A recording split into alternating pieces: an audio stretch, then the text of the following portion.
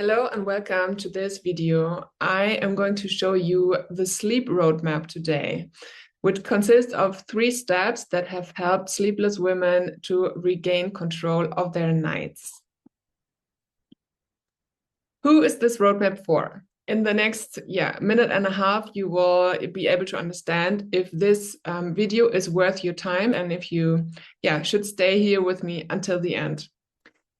Obviously, this video is for women who have some kind of trouble sleeping at night. And it also is for women with demanding careers or active daily lives. This is not for people who sit around in their living room all day and don't have anything to do. This video is also for you if you are looking to address the root cause of the problem, and not just manage your symptoms.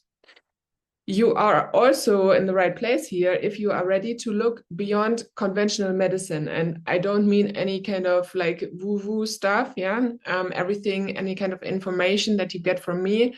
I promise you it's always going to be evidence-based, and scientifically proven and studied. This is also for you if you understand that real change in your life, be it with your sleep or anything else, only happens if you change something. And if you are ready for honest self-reflection and also willing to maybe ask yourself some uncomfortable questions sometimes.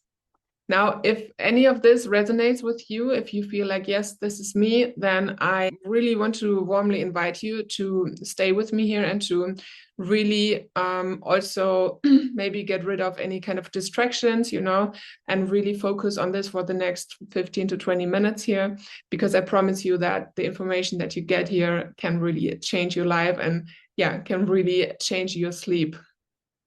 Just a few sentences about myself, because I guess you don't know me yet, so maybe it's helpful to know what my background is a little bit, but I promise this will only be a very short introduction here. My name is Johanna Fröse. I am a licensed occupational therapist and also a sleep coach, and I have been, attending trainings and all kinds of teachings and courses and everything over the past 13 years, both in Europe and also in Asia. And my greatest passion is in the field of the holistic and evidence-based medicine. About me personally, I live in Tenerife and have been for a few years already. I'm also a mom. My son is 8 years old by now. And what may also be interesting for you is that I used to have the sleep issues myself. A few years ago, I really just suddenly couldn't sleep anymore. I had trouble falling asleep. I also had trouble staying asleep. Sometimes I only slept for 3-4 hours a night. And you can imagine that after a few months, my energy levels were really low. It got to the point where I had to, stop working. I wasn't able to continue with my business anymore. Also, I wasn't able to be the kind of mother that I expect myself to be and that I want to be for my son. And overall, it was a very, emotionally challenging situation, as you can imagine. And of course, I tried to get help from doctors, from the internet, from all kinds of places, and nobody seemed to be able to really help me. Everybody had some kind of superficial tips and tricks up their sleeve, but when those things didn't work, nobody was really able to tell me how to finally get to sleep better again. So it was only when I applied for a job that was also in the health industry that I got access to some really interesting information from like holistic sleep scientists and also doctors. And that is information that you usually can't just find on the internet, But we were doing projects together with these experts, and I was really able to, get into the deep layers of some useful information. And this combined with my previous knowledge from Asia, especially, really, it was like the puzzle pieces were coming together, and I was able to not just to help myself to finally be able to sleep again within just a few weeks, but because this information was evidence-based, and rooted in science, I already guessed that I would be able to help other people with this as well. And this is, why and how you're getting to know me in this context here right now. Now I got a question for you. The statistics say that 4 out of 10 women have trouble sleeping. And I'm just curious if one or even more of the following symptoms sound familiar to you in any way. Because, yeah, these are some typical symptoms that usually appear in women who have trouble sleeping. And so the first one would be that, at work or wherever you are challenged mentally, or, where your mental capacities are required, that you feel more and more challenged. You maybe have trouble concentrating. You are not as creative as you used to be. You don't feel as proactive anymore. It's more like you somehow get through the day, or you may still be able to get the task done, but it just asks a lot of you. The second picture here in the middle indicates two different things. One of them is that for many women who don't sleep well over a longer period of time, they start to gain weight. Even though they may be exercising, even though they may be disciplined when it comes to eating, they still gain weight, and it's very hard to lose that weight again. If that sounds familiar, you are not the only one, I can promise you that. And also, it's very common for women with sleeping issues to experience hormonal challenges, like, just before you get your period, maybe you get really moody, and maybe your period is irregular, or it's just really painful. All of those things are also indicators, that the hormones are kind of going crazy. Yeah, and the third picture here is the couple in the bed. And this means, or is supposed to indicate, that in general, relationships with other people tend to become challenging and exhausting, because when you don't sleep well, you just don't have the emotional or mental capacity anymore to really interact with other people in a way that is productive and that is empathetic, and all these things that are necessary to maintain healthy relationships. And of course, also for many women, it's the case that if they don't sleep well anymore, that their libido just disappears. Basically, they don't feel comfortable, or let alone excited about getting physically intimate anymore. And of course, this can also take a toll on a romantic relationship. What you have probably already tried to fix your sleep problems. The most common one is caffeine discipline and sheer willpower. Yeah, we have all been there. Even people without sleeping issues have probably been there. You have a bad night, and then you just drink a cup of coffee more, or maybe 2 or 3 more, and you just push through. Another very common one is to ask ChatGPT and Google for advice, for tips how to sleep better, or how to maybe even understand where your sleep problems are coming from. Maybe you have also tried random supplements or vitamins to help you sleep better. Maybe you have tried relaxation meditations in the evening, or to sleep with white noise during the night. You have probably also heard that, screens just before going to sleep are not very helpful for healthy sleep. So you probably have tried to reduce your screen time in the evening. Maybe you have also bought new mattresses or pillows or whatever other gadgets for your bedroom, to ensure that your body has the opportunity to really get into deep rest.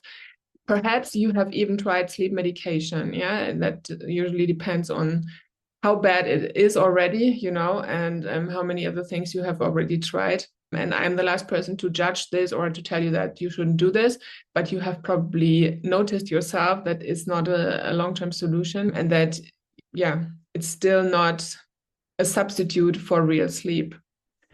So why do those approaches often fall short? The thing is that if you take random action, instead of following like a proven structured plan, then yes, of course, sometimes it may help, or sometimes by chance you find the right thing to do for yourself. But very often that is not the case. And the thing is also that information is everywhere. But Google and also ChatGPT or other AI tools, they cannot really help you with the execution that is necessary for all these things to work. Yeah, none of the things that I have listed before here are always the wrong thing to do, but they are not always the right thing to do either. And especially if you have no idea like which ones are the most effective ones for myself in my individual situation. Yeah, and then I listed here symptom management versus root cause analysis. Sleep problems can have different causes, no? So if, let's say, in your example, the root cause was like a physical one, yeah? There's something in your body that prevents your body from falling asleep, then the approach to fix this mentally, like, you know, with psychotherapy or with relaxation meditation, something like this, will not get you to the results that you are looking for, and vice versa, of course, as well. And the last point here is that powering through is kind of a trap here, because in the end, it doesn't matter what the root cause of your sleep issues is, but if you just keep powering through and ignore these things, or because you can't really find the right solution, then your nervous system suffers because of that. And if your nervous system suffers on top of whatever other thing is the root cause, then the really falling asleep and sleeping deeply becomes even more challenging. So in the end, it really fuels the underlying problem in the long run. And this brings me to the hidden connections behind your sleepless nights. And these are things that are overlooked by many, many people, especially health practitioners. And those are the things that I want to talk to you about now, because not just in my clients, but also, you know, my colleagues in the functional medicine field and the psychoneuroimmunology, what we see and what is also scientifically proven, that the things that I'm going to talk to you about now, that they are connected to sleep. So the first one would be the gut microbiome health. Yeah, those are basically the bacteria that live inside your intestines. And if they are disturbed in any kind of way, it can affect your sleep. Let's just put it like this, plain and simple. What we also always want to consider is supporting the liver and the metabolic efficiency. Yeah, those two things can also highly affect the sleep, and especially the quality of the sleep. Yeah. Adrenal health and mitochondrial power. Adrenals are the small things that sit on top of your kidneys, and they are responsible for a lot of things in the body. And the mitochondria are the little power plants inside your cells. And, you know, if either one of these is somehow compromised, then they can totally also affect the sleep. Nutrient optimization is something that I always go after as well, because if your body does not have everything it needs in order to be able to get into a restful state, then of course nutrient deficiency alone can cause sleeping issues. Yeah, and then we have the subconscious beliefs here, meaning that if at some point in your life your subconscious has learned that sleeping or resting is a bad thing, you know, that you shouldn't do it, or that you have to earn it, or whatever. And it could also be other beliefs that are not directly connected to rest and sleep. Yeah, they can totally keep you up at night, and they can prevent your body, your nervous system from really letting go and really getting into this deep state of relaxation and rejuvenation. And emotional integrity means that for many of us, it is the case that we have created a life for ourselves that is maybe based on what other people think was the right thing to do for us, something like that, that we are not really in integrity with what is our path, what is our purpose here, what kind of life do we want to live. And if there is an imbalance there, this can also totally disturb sleep at night. Yeah, this is something that I invite you to not take lightly. The cost of sleeplessness, of course, if you don't sleep well, you feel it immediately. After a few weeks, you will feel the effects and it's going to be annoying or whatever. But it's not just annoying. It's actually, there's a clinical risk, and science links chronic sleep loss to cardiovascular, metabolic, and hormonal health risks. I have, put one of these studies down below here, the meta-analysis from 2018. You can totally Google that yourself. There are many more studies that indicate the same things. So there is a big health risk, to not sleeping well for a longer period of time. Of course, it can impact your career. You probably have noticed this already, because your performance will decline much faster than it should be. You lose your focus, and yeah, there obviously is a high risk of burnout. Also in the family life, and having a social life in general, you can be physically there, of course, but you are not really there. You cannot really be present anymore for your partner, for your children, and it becomes challenging to even maintain a social life over time if you don't have the energy that it takes to maintain these relationships. Which is why I am really happy to introduce the 3-step roadmap to you now that my clients have used in order to regain control of their nights. And this is a broad overview of the 3 steps. And the first one is a deep dive analysis. Yeah, it's very important to understand before you do anything. It's important to understand where the problem is coming from. Like, what is the root cause? Yeah. Is it a mental situation? Is it a physical situation? Is it an emotional situation? Where is the biggest lever that we have? And based on this deep dive analysis, like based on the results from that, we create a tailored strategic plan that is personalized to you. It's not a one size fits all, because that doesn't work. And it's a step-by-step action plan that is designed to fit into your daily life. Yeah. You can have all the knowledge in the world. You can find the most sophisticated sleeping hacks on ChatGPT, probably. Yeah. If you are not able to implement them consistently in your daily life, then they don't help you with anything.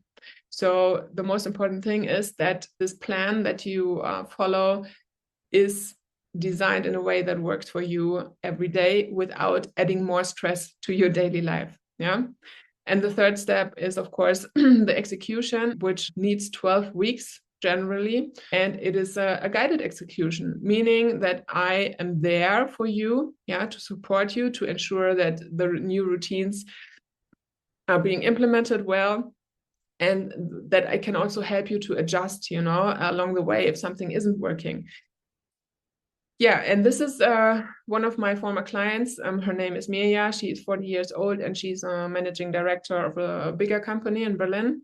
And her challenge was that she had very fragmented sleep. Yeah, she was rarely sleeping through the night anymore. And in the morning, when she had to wake up or get up, she was already feeling exhausted and depleted, and had to start her day like this.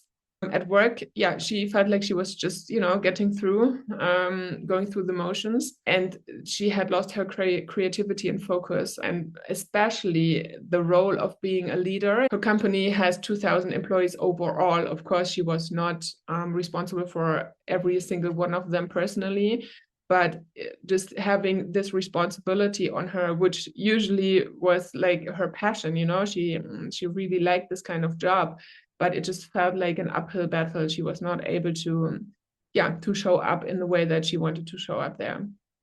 And the transformation was that she reported to me after a few weeks already that her nights were stable again.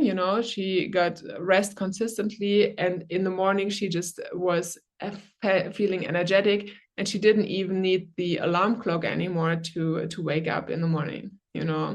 And she definitely said that in her role as in this leadership position, that her confidence returned, and that she felt more sovereign again, that she could stay calm even during high pressure periods, in a job like hers. But I think for everybody in our modern world, it's very normal to have periods of time where there is more stress, you know, where it's just more demanding. And even during those times, she said that, you know, of course she felt stressed a little bit, but she was always able to calm down again as well. And also in her relationship with her partner, she said that, you know, it's just more relaxed and she felt more connected to him again. And that also her immediate family, gave her the feedback that they were really happy to finally experience the, calmer and more joyful Mia again. This is Clara. She is 33 years old and she's an educator, and she's also a mother of a 3-year-old daughter. And in her situation, it was the case that she already was scared to go to bed at night because she already knew that, you know, it's going to be horrible again. And she woke up many times during the night, and she had to go to the bathroom like 4, 5, 6 times a night. Of course, you cannot really sleep through the night if that happens, but that was not the only cause for her sleeping issues. For her, it was that she was struggling during the day to stay productive and to perform at work in any way. She had to call in sick many times, and she felt very guilty, you know, towards her colleagues, and it just put a lot of stress on her. Also at home, she said that there were like many conflicts happening just because she had such a short fuse, you know. She just didn't have any patience, neither with her daughter nor with her husband. And there was just a withdrawing also from her social life because she just didn't have the energy to do any of that anymore. So the transformation for Clara was that when she started to sleep better, that she immediately felt that, you know, her creativity and performance power or capacity at work returned, and that she was so happy that she could finally contribute something there again, and also start to have an active life and like use her free time to do fun things, you know, both with her daughter and her husband, but also she was able to start seeing friends again and not just rot away on the couch, you know, in the afternoon. And I think you can see it in the picture here that her overall well-being and just the joy of life came back, you know. In the beginning, it really was a very different kind of situation when she came to me. Last but not least, this is Grace, also a former client. She is now a self-employed therapist, but for 20 years, she was also in a very demanding managing role in the field of cybersecurity. And this is also when her sleeping problems started, like 20 years ago, she said. And now she has a much calmer day-to-day life, you know, and she only works part-time. She's self-employed, and you know, in general, she doesn't have that kind of stress load anymore, but still her sleeping issues didn't disappear because of that. They were still there after 20 years. And Grace is a health professional herself, and she has a lot of knowledge. And you can imagine that she has tried many, many, many things to help with the sleep problems, but she never got to the results that she was looking for, you know. Her wish always was to do some professional projects with her daughter, which she just didn't have the capacity for, you know. And the transformation for Grace was that she reported that she was finally able to really achieve deep and restorative sleep, you know. She was sleeping, I remember the call we went on after she had her first night of 7.5 hours sleeping, you know, through the night after 20 years of not being able to do that. And I mean, of course, you know, when somebody has been stuck in that situation for such a long time, it takes a little bit longer to get to a stable, sustainable night's sleep again than for somebody who has only struggled with sleeping for 3 months. Of course, it's different. So with Grace, it was kind of a difficult one, but we got there in the end. And I still remember these conversations with her. And the result of those nights is, of course, that she's able to drive her work projects with her daughter forward. She is traveling a lot now again, and she's just spending time with her family, and she's just excited about all of these things. So my question is now, what is your next step? From where I'm standing, I think you have two options now. The first one being that you can stay in the wait and see cycle, you know, where you have been, and you can try or keep trying whatever you have been trying already. But if it hasn't gotten you any results so far, then it probably won't. And the second option you have is to choose a new direction. And one way of doing that would be to just book a free call with me. And this is, yeah, I call it the free clarity call, because within just 15 minutes, we will find out together if and how I would be able to help you in your specific situations. Because of course, there are cases where I have to say, no, I'm not the right person, you know, but in this free call, we will get to that point very quickly. I can promise you that.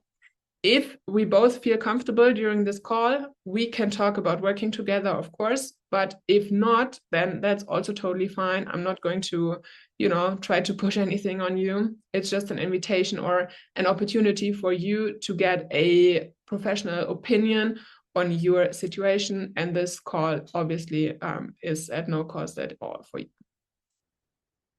One last thing before you book this call, this is for women who are ready to invest, yeah, time, energy, and resources into their health in order to be able to sleep better, yeah, and for women who are willing to commit to a structured path to get this vitality back, and also willing to prioritize their well-being for a while.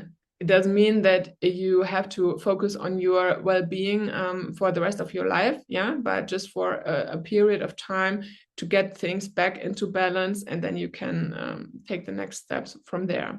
If these things apply to you, if you feel like, yes, this is for me, then you can just hit the button below the video and book your free call there. And I am very excited to get to know you.